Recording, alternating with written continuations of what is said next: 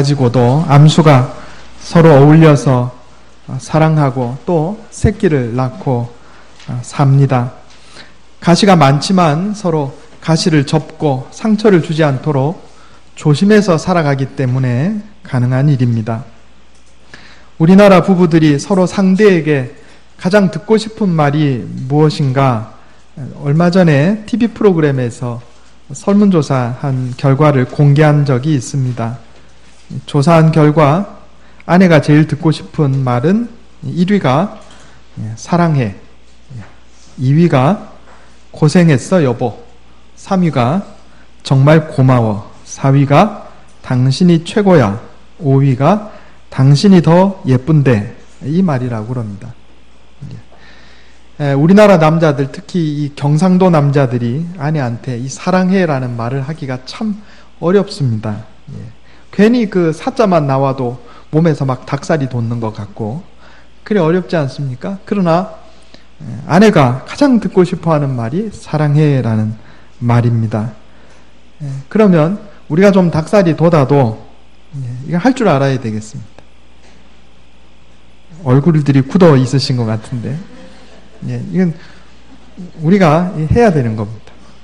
남편이 가장 듣고 싶은 말, 나한텐 당신이 전부예요. 아내가 이 이야기를 하면 남자들이 행복해한다 그럽니다. 막 못나고 돈도 잘 못 벌고 해도 아내가 남편을 향해서 나한텐 당신밖에 없어요, 이렇게 얘기하면 남자가 힘이 나는 거예요. 아내를 가장 화나게 하는 말 베스트 5. 1번, 당신 집안은 왜 그 모양이야. 처가를 물고 이게 또 하면 또 그렇습니다. 두 번째, 우리 집에 좀 잘해. 시댁 식구한테 잘하라고 하는 것. 세 번째, 당신은 몰라도 돼. 무시하는 말입니다. 아줌마 다 됐네. 다섯 번째가 또 아파. 남편을 화나게 하는 말. 옆집 남편은 안 그런데. 이게 아주 남편을 화나게 한답니다. 우리 언제 아파트 사요? 남편을 괴롭게 하는 말이다 하는 겁니다. 어떤 면에서 우리 모두는 고슴도치와 같습니다. 마음에 가시들이 있어요. 어떻게 해야 되겠습니까? 이 마음에 가시를 바짝 세우고 찌르면 내 배우자가 상처 입고 내 자식들이 상처를 입는 겁니다. 그래서 우리가 신앙 안에서 지혜를 얻어서 마음을 조심하고 말을 조심하고 행동을 조심해서 가시를 접어야 그렇게 절제를 해야 배우자가 행복하고 자식들이 행복하고 가정이 화평해진다 하는 겁니다. 오늘 본문 말씀은 부부간의 사랑에 관한 말씀입니다. 오늘 이 말씀을 중심으로 해서 하나님께서 만드신 부부, 이 부부가 어떻게 살아야 하는가를 좀 살펴보려고 합니다. 남녀의 결혼과 가정은 하나님께서 만드신 제도입니다. 우리가 이걸 명확하게 알아야 됩니다. 남녀가 결혼하는 것, 남녀가 결혼해서 가정을 만드는 것, 이건 하나님이 세우신 제도예요. 이건 절대적인 제도입니다. 있어도 되고 없어도 되는 제도가 아니고 반드시 있어야 하는 절대적인 제도입니다. 오늘날 세상 사람들은요, 이 가정을, 남녀 간의 결혼해서 부부를 이루는 것을 자꾸 상대적으로 생각하려고 그래요. 그래서 이걸 변질시키려고 합니다. 요즘 동성결혼 난리가 아닙니다. 꼭 그리스도인이 아니라도, 성경의 가르침이 아니라도요, 자연법, 모든 법의 기초가 되는 자연법, 우리가 일명 양심이라고 이렇게 얘기할 수가 있겠습니다. 양심으로 봐도 여러분, 남성과 남성이 결혼하고 여성과 여성이 결혼하는 게 이게 정상적인 겁니까? 인류가 망하게 되어 있지 않습니까? 물론 그렇게 사는 사람들을 우리가 차별하고 또 사회에서 살지 못하도록 몰아내고 이래 해서는 안 될 겁니다. 그러나 그걸 옳다고 할 수는 없는 거예요. 성경은 하나님께서 남자와 여자를 창조하시고 남자와 여자가 결혼해서 하나의 가정을 이룬다고 분명하게 말씀합니다. 한 몸이 될 것이다 이랬습니다. 창세기 2장 24절에 이러므로 남자가 부모를 떠나 그의 아내와 합하여 둘이 한 몸을 이룰지로다 그랬습니다. 부부가 한 몸이 된다는 것은 먼저 육체적인 하나가 된다는 것을 의미함과 동시에 거기에 몇 가지 의미가 있습니다. 첫째로 부부가 하나의 영적인 공동 운명체가 되는 것을 의미하는 겁니다. 제가 전에도 여러 번 말씀드렸지만은 자식들이 부모 밑에 있을 때에는 그죠? 부모가 받는 복을 같이 받아요. 부모가 받는 화를 같이 받는단 말이에요. 그러나 이제 성장해서 하나의 새로운 가정을 꾸미게 되면 이제 자신의 신앙으로 복받고 또 화를 받고 하는 게 결정이 되게 되어 있는 겁니다. 부부가 남녀가 결혼해서 하나의 가정을 이루게 되면 이 가정은 영적인 운명 공동체가 됩니다. 복을 받아도 같이 받는 것이고 화를 받아도 같이 받는 거예요. 그래서 자녀들 출가시키기 전에 신앙훈련 잘 시켜야 됩니다. 지금까지는 부모의 신앙으로 복받았지만 이제 결혼해서 독립하게 되면 자기 신앙으로 복받는 거예요. 두 번째로 한 몸 된다는 것은 부부가 하나의 경제 공동체가 되는 것을 의미합니다. 요즘 부부가 각자 돈 관리하는 가정들이 좀 있는 것 같아요. 남편대로 벌고 각자 쓰고, 아내는 아내대로 벌고 각자 쓰고, 공동 경비 내고. 여러분, 공동 경비 내는 사이는 동거인이고 룸메이트지 부부가 아닙니다. 물론 뭐 특별한 상황이 있을 수 있습니다.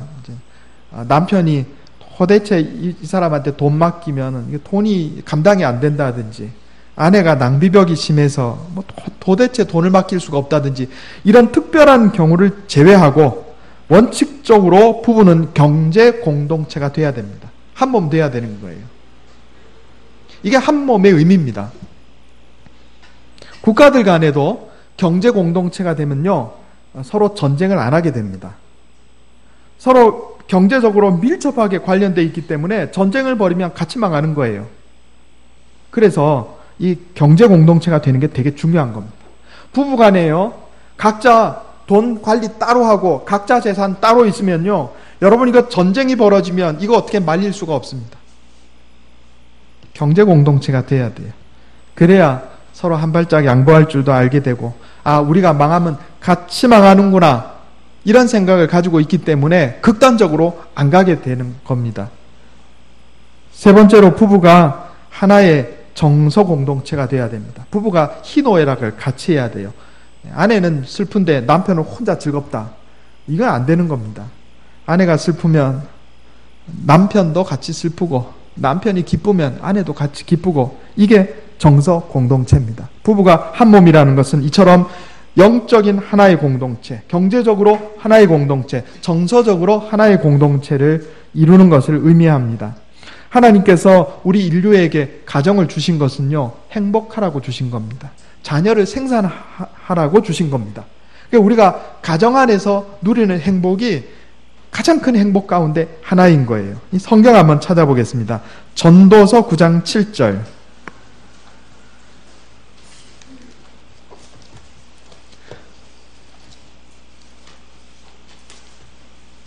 시편, 잠언, 전도서 9장 7절.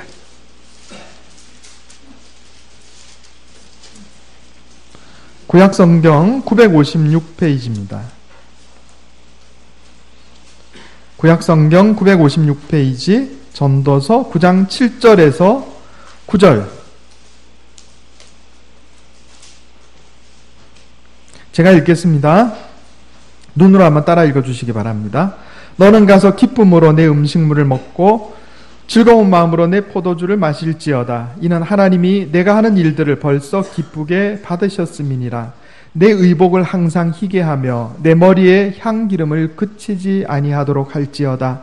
내 헛된 평생의 모든 날, 곧 하나님이 해 아래에서 내게 주신 모든 헛된 날에 내가 사랑하는 아내와 함께 즐겁게 살지어다. 그것이 내가 평생에 해 아래에서 수고하고 얻은 내 몫이니라. 아멘. 여러분, 우리가 전도서의 주제를 헛되고 헛되다로 오해하기가 쉬운데 절대로 그렇지 않습니다. 전도서가 처음에 시작하기는 헛되니 모든 것이 헛되도다로 시작하지만 결론은 뭐냐면, 그러므로 내 헛된 평생의 날에 내 아내와 함께 즐겁게 살지어다. 이게 주제예요. 하나님께서 우리에게 주신 직업, 하나님께서 우리에게 주신 가정, 그 안에서 이 헛된 날, 이 세상의 것들은 다 헛돼서 사라지는 것들입니다. 그죠? 그런데 영원한 게 있어요. 뭐가 영원합니까? 사람의 영혼은 영원합니다. 그럼 누가 가장 귀해요? 지금 내가 함께 사는 아내, 지금 내가 함께 사는 남편이 가장 귀한 거예요. 그 안에서 행복을 누리라는 거예요. 이게 하나님께서 우리에게 주신, 우리에게 나누어 주신 복이라는 말씀입니다. 하나님께서는 우리가 가정 안에서 행복을 누리고 또 생육하고 번성하여 땅에 충만하라 말씀하신 것처럼 자녀를 생산해서 번성하기를 원하십니다. 성경은 하나님께서 당신의 자녀, 선택된 백성들이 이 세상을 살면서 행복하기를 원하세요. 그래서 계명도 보면 10계명 가운데 가정하고 직접 관련된 계명이 2가지나 있어요. 첫째는 뭐냐면 7계명, 간음하지 말라. 이거 가정과 관련된 계명입니다. 그리고 마지막 10번째 계명, 내 이웃의 집을 탐내지 마라. 이웃의 아내를 탐내지 마라. 이 2가지가 다 가정하고 관련된 계명인 겁니다. 하나님께서는 또한 이혼과 학대를 싫어한다고 분명하게 말씀하셨습니다. 성경 한번 더 찾아보겠습니다. 대단히 중요한 말씀입니다. 말라기 2장 16절. 구약 성경 맨 뒤에 있습니다. 말라기 2장 16절.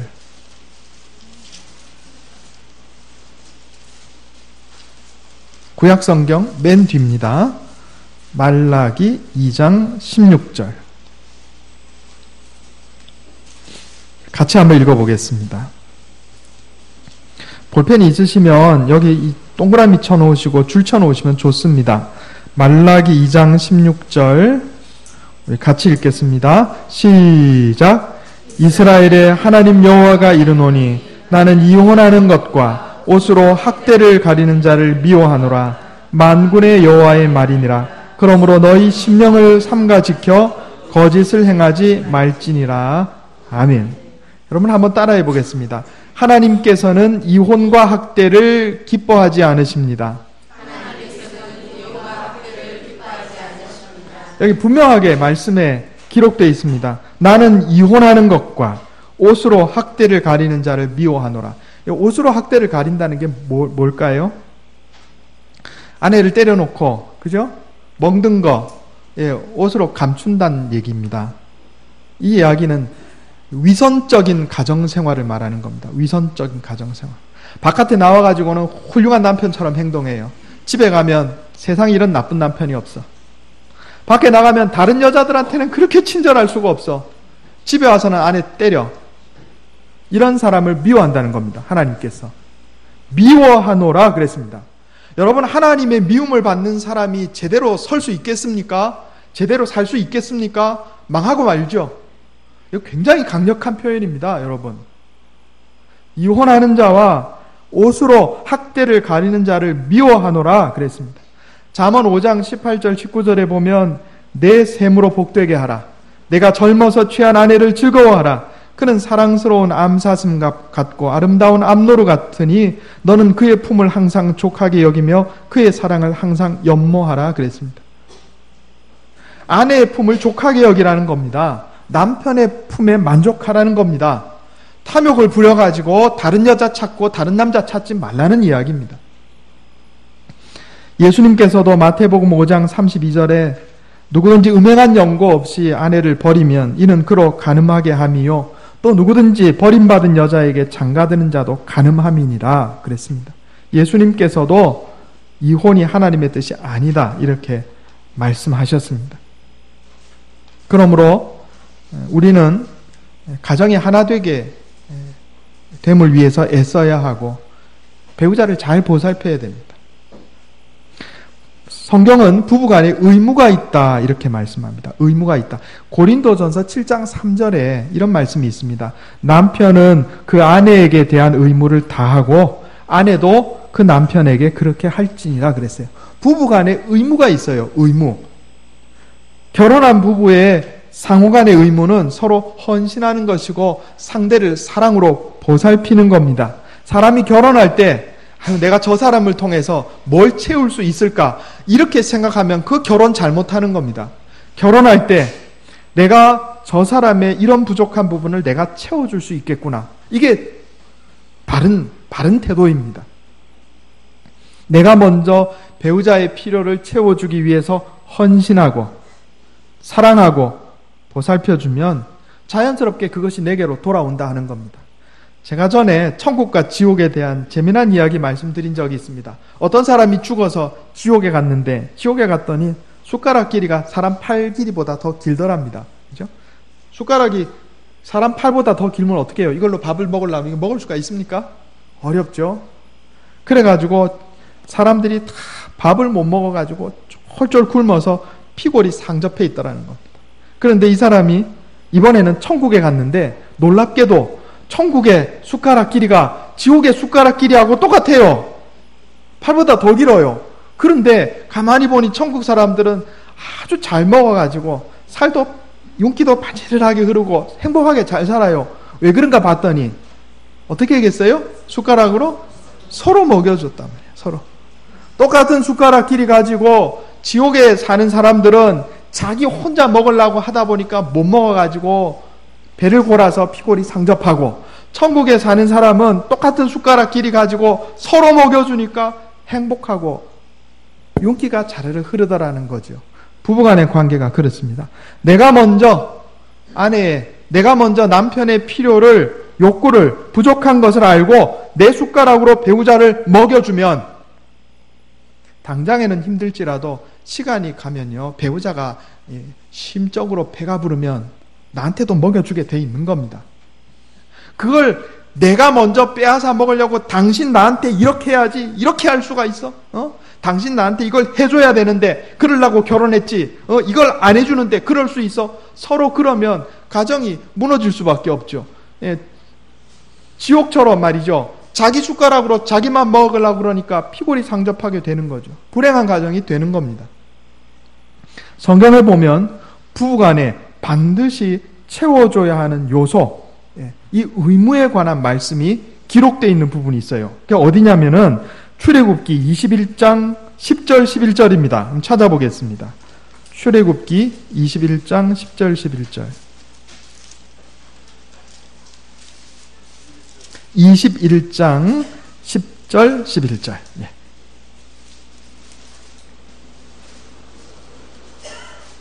구약성경 113페이지입니다.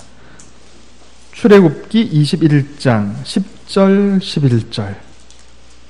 두 절입니다. 우리 같이 한번 읽어보겠습니다.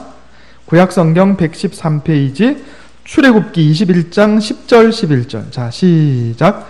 만일 상전이 다른 여자에게 장가들지라도 그 여자의 음식과 의복과 동침하는 것은 끊지 말 것이요, 이 세 가지를 시행하지 아니하면 여자는 속전을 내지 않고 거저 나가게 할 것이니라. 아멘. 자, 이 말씀은 원래 여자 노예에 관한 말씀입니다. 고대에는 여자를 노예로 잡아오거나, 전쟁에서 여자를 노예로 잡아오거나 또는 돈을 주고 사왔으면 보통 첩으로 삼는 경우가 많았어요. 그런데 이 남자가 이 여자를 데리고 와서, 여자 노예를 데리고 와서 첩으로 삼았는데 이제 새로 이 정부인을 맞이해서 결혼하게 됐단 말이에요. 그런데 그런 경우에 이 여자 노예를 다른 사람한테 팔면 안 된다는 겁니다. 그래도 비록 노예의 신분이고 첩이요 소실로 데려왔더라도 그렇게 비인간적으로 대우해서는 안 되고 가장 최소한의 것을 채워줘야 되는데, 이 최소한의 것이 뭐냐면 음식과 의복과 동침입니다. 따라해 보겠습니다. 음식과 의복과 동침. 요거는 첩으로 데려온 여자 노예에게도 채워줘야 하는 최소한의 요소입니다. 하물며 서로 사랑해서 결혼한 부부 사이야 말할 것도 없어요. 이 세 가지는요, 부부간에 배우자에게 채워줘야 하는 가장 중요한 세 가지 요소입니다. 음식은 뭡니까? 먹고 사는 겁니다. 그죠? 먹고 사는 거예요. 의복은 뭡니까? 옷과 주거 생활입니다. 동침은 뭐예요? 성적인 만족과 자녀를 생산하는 겁니다. 요 세 가지 요소는 핵심입니다. 결혼해서 부부가 되었으면은 내 배우자에게 이 세 가지 요소를 반드시, 세 가지 욕구를 반드시 채워줘야 되는 거예요. 남편이 아내에게, 아내가 남편에게. 기본적인 겁니다. 부부는 경제적으로 서로 부양할 의무가 있다 하는 겁니다. 또 배우자를 홀로 두지 말고 성적인 만족과 자녀 생산을 위해 함께할 의무가 있습니다. 그리스도인들은요, 금욕주의자가 되면 안 됩니다. 제가 한 번씩 이제 그런 말씀 드렸죠. 새벽 예배 때, 수요 예배 때, 수요 성경 공부 때 제가 그런 말씀 드렸는데, 날마다 철야하면 안 된다 그랬습니다. 제가.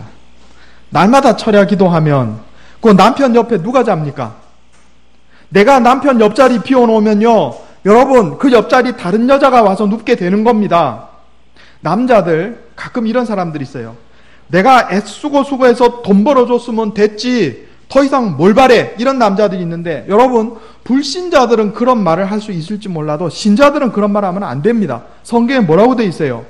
음식과 의복과 동침입니다. 이건 배우자에게 채워줘야 되는 거예요. 여러분, 내가 말이죠, 일하느라고 바빠서 집에 못 들어가고 아내 옆자리 비워두면 그 옆자리에 누가 눕겠습니까? 다른 남자가 눕는 거예요. 이거는 삼척동자도 아는 가장 기본적인 거예요. 이런 지혜가 없어가지고 문제가 생기는 가정들이 있단 말입니다. 부부간에 꼭 채워줘야 하는 의무. 남편 옆자리 비워놓고 날마다 철야 기도한다고 신앙이 훌륭한 게 아니란 말입니다. 하나님은 우리가 가정생활을 통하여 부부간에 하나 되고 서로 행복하기를 원하세요. 다시 한번 따라해 보겠습니다. 음식과 의복과 동침. 이건 서로 간에 채워줘야 되는 겁니다. 공부해야 돼요. 공부해야 돼요. 왜 그리스도인들이요, 성적인 부분에 대해서 아무것도 모른 채로 무식한 것이 마치 경건한 것이냐? 그렇지 않습니다. 여러분, 이거는 인간의 가장 기본적인 욕구이기 때문에 이 부분이 채워지지 않으면 다른 데가 문제가 생기는 거예요. 이 부분을 붙잡고 있지 않으면 다른 데가 터진다고요. 그래 돼 있어요. 우리는 약합니다. 항상 내 스스로에 대해서 나는 약하고 악합니다. 그러니까 하나님 말씀으로 나를 깨우쳐 주시고 주님 은혜로 나를 변화시켜 주옵소서, 내게 힘을 주시옵소서, 이렇게 기도하고 살아야 돼요. 그래야 우리가 시험에 들지 않고 바로 살 수가 있어요. 자꾸 스스로 나는 완전한 자라고 생각하니까 잘못 행동하는 겁니다. 오늘 베드로전서 3장 1절에서 7절 말씀은 부부간의 영적인 내적인 의무에 대해서도 말씀하고 있습니다. 제가 금방 말씀드린 음식, 의복, 동침은 물질적인 의무예요. 외적인 의무입니다. 그런데 그건 외에 영적이고 내적인 의무가 있어요. 베드로전서 3장 1절 제가 다시 한번 읽어보겠습니다. 눈으로 따라 읽어주시기 바랍니다. 아내들아, 이와 같이 자기 남편에게 순종하라. 이는 혹 말씀을 순종하지 않는 자라도 말로 말미암지 않고 그 안에 행실로 말미암아 구원을 받게 하려 함이니 너희의 두려워하며 정결한 행실을 봄이라 그랬습니다. 아내는요, 남편에게 순종하고 내적으로 단장하는 것이 영적인 의무입니다. 한번 따라해 보겠습니다. 아내는 남편에게 순종하며 내적으로 단장해야 합니다. 이렇게 말씀을 전하면 이 불편한 분들이 있어요. 지금이 어느 시대인데 자꾸 여자 보고 남편한테 순종하라고 그런다고. 여러분, 그렇지 않습니다. 이게 지금 시대만 이게 힘들었던 게 아니고 성경이 기록되던 고대 시대에도 이게 힘들었던 겁니다. 이게 쉬웠으면 명령하셨겠어요?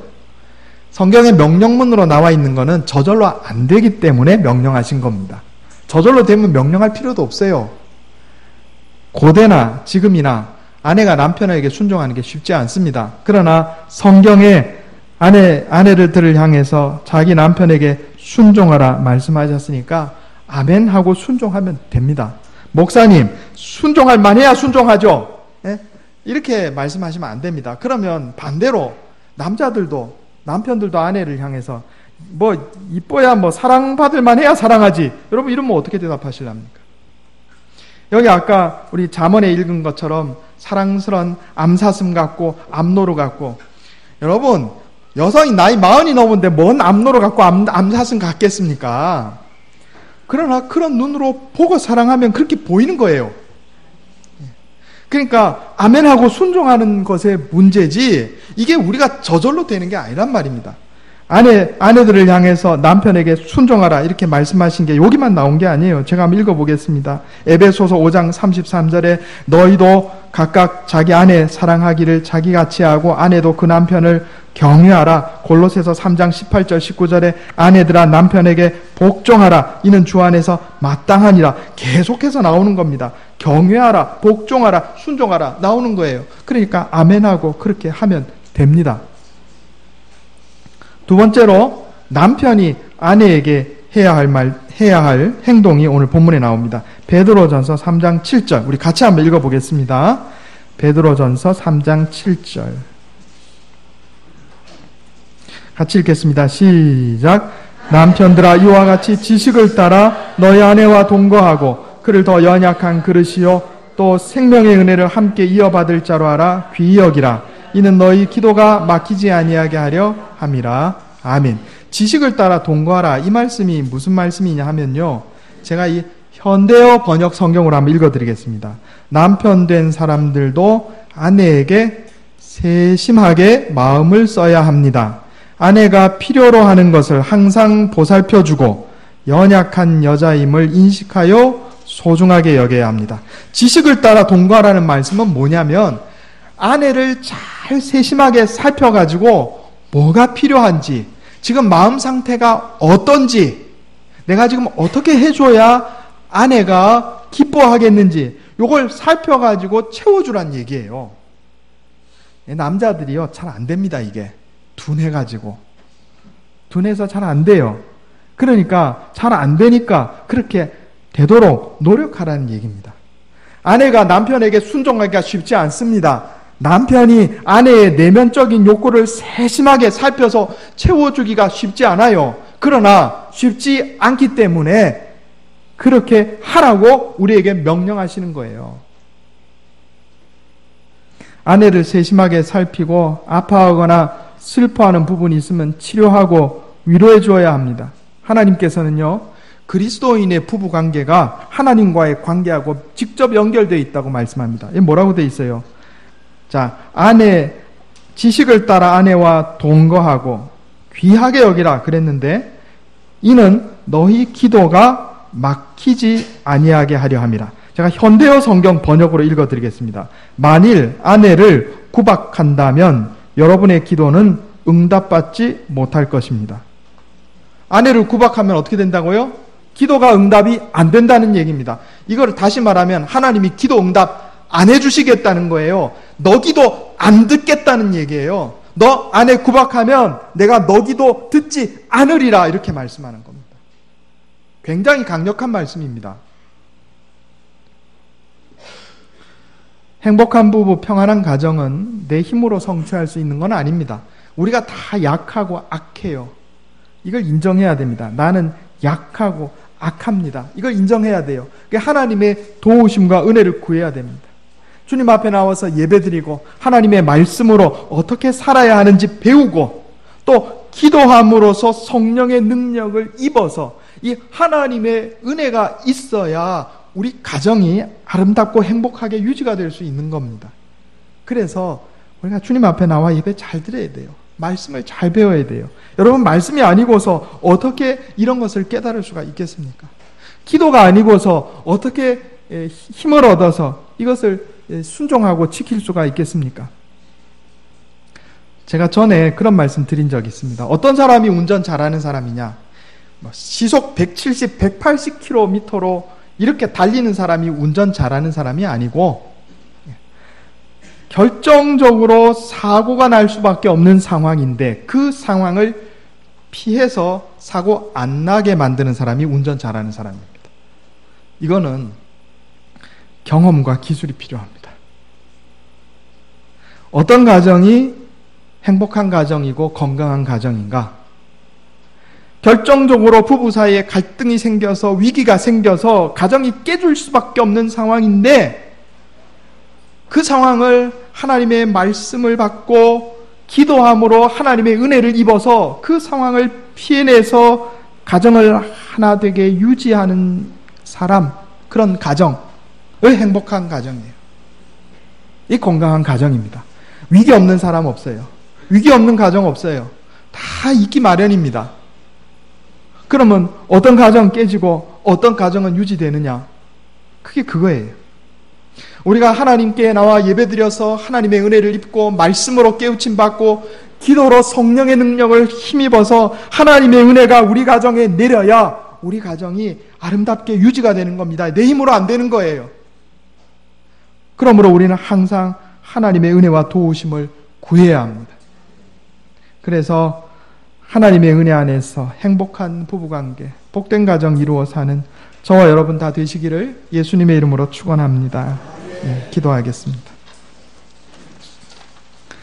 하나님 아버지 감사합니다. 주님께서 부부간의 사랑과 가정에 대해서 우리를 깨우쳐 주시니 감사합니다. 하나님께서 세우신 거룩한 제도인 남녀간의 결혼과 가정을 아름답게 지켜가게 하여 주시옵소서. 부부가 한 몸임을 깨달아 영적, 경제적, 정서적 공동체를 이루게 하시고 하나님 우리에게 주신 배우자와 가정 안에서 참 행복을 누리며 살게 하여 주시옵소서. 하나님께서 이혼과 학대를 싫어하신다 하셨사온데 하나님 우리가 주의 말씀을 마음에 새기고 하나된 가정으로 서로 사랑으로 보살피며 살게 하여 주시옵소서. 배우자를 위해서 음식과 의복과 동침의 필요를 공급하게 하여 주옵시고 아내는 남편에게 순종하며 남편은 아내의 필요를 세심하게 살펴서 서로 채워주는 아름다운 가정, 건강한 가정 이루게 하여 주시옵소서. 이것이 내 힘과 능력으로 되지 않음을 고백합니다. 말씀으로 날마다 깨우쳐 주시고 성령이 오셔서 우리를 붙들어 주시사 주님 은혜 안에서 복된 가정 이루게 하옵소서. 하나님 혹시 가정에 여러 가지 어려움이 있고 깨어진 가정 때문에 슬퍼하며 피 흘리는 심령들이 있습니까? 저희를 불쌍히 여기시고 위로하여 주시기 원합니다. 아버지 하나님, 주님께서 놀라운 은혜와 위로로 역사하여 주셔서 사랑하는 우리 구남교회 모든 성도들이 하나님의 말씀 안에서 새롭게 변화되어 복된 삶을 꾸려나가게 하여 주시옵소서. 감사드리며 우리 주 예수님의 이름으로 간절히 기도하옵나이다. 아멘.